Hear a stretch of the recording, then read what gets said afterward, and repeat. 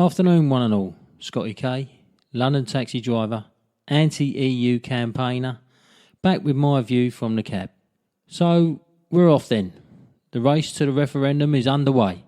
The 23rd of June it is then. And with Johnson, Gove, Duncan Smith, Patel and many others from the Conservatives lining up on the side of leaving, are we seeing the foundations of a coup being laid, ready for when we vote out? I can't believe Labour and the unions aren't getting behind a Brexit, although the RMT have said they are supporting an exit from pro-austerity, anti-worker EU. Surely a convincing defeat for Cameron will see him have to resign or be forced out by his own party. They will not want a loser leading them, and the clamour for a pro-Brexiter will begin with Johnson heading the field, something I'm sure he realised could happen the moment he said he was leaping into the darkness. The fact is, an EU exit is, in my opinion, a positive move. I look at Britain as some sort of tired, long-term employee who's fed up having given everything for little thanks and appreciation. Well, Britain has just handed in her notice and is off to start up on her own with a new and exciting challenge, and it's given her a new lease of life. All of the work, time, effort, money and so on we put in after an EU exit will be solely for ourselves, making it all worthwhile. I love that quote from Gove the other week. The reason the EU's bureaucrats oppose us leaving is they fear that our success outside will only underline the scale of their failure. Brilliant.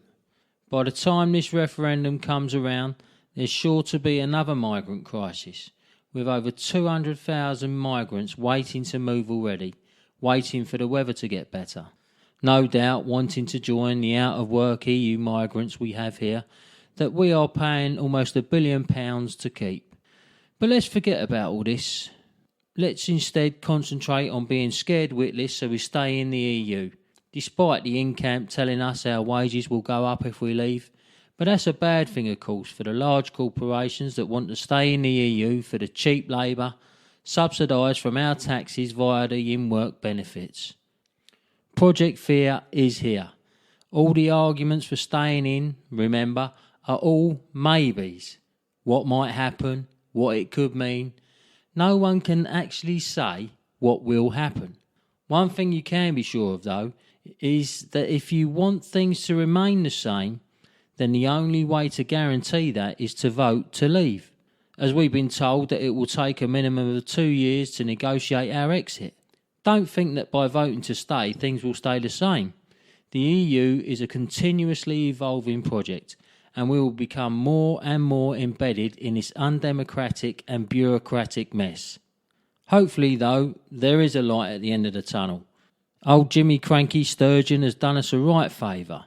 Sturgeon's statement that an outvote could lead to another referendum in Scotland will surely encourage SNP supporters to vote for that very thing, to achieve their own independence goal. I mean, I don't get it personally. People in the SNP, they want independence from a block of 4 similar countries, same language, same interests. But good luck with the independence in a block of 28 different countries. I mean, since when did the Scotsman become the Irishman in a 1970s style joke? Then you've got all the other innies, Mandelson, Blair, Branson, etc. In fact, everyone from about 18 years ago who said that if we didn't adopt the euro, it would be a disaster. Branson even said recently that leaving the EU would be very, very sad, which is ironic coming from a man that lives in the Caribbean and who actually moved his company headquarters to Switzerland. What a hypocrite. Then you've got all the universities, along with the BBC, all on the EU payroll, as are the pro-EU charities that receive over £200 million. Talk about buying the vote. I wonder how much of this propaganda money will show up in the accounts, the ones that haven't been signed off for almost 2 decades. Don't forget, that's our money. But it's not just about money. I was at a debate evening in a local grammar school last week, and I said to a few of the teenagers there that people say that the EU takes power from our parliament. The way I see it, our government uses the EU as a type of cloak to hide behind, or an excuse as to why they can't do things. The truth is, the EU actually takes power from you and me. Our voice, our vote, is becoming worthless. It doesn't matter where you sit politically, whatever you believe in, whatever you would like to happen. You have far more chance of making change nationally through our ballot box than amongst the mishmash of 28 countries, all putting their own interests first. Right, on that note, I'm off.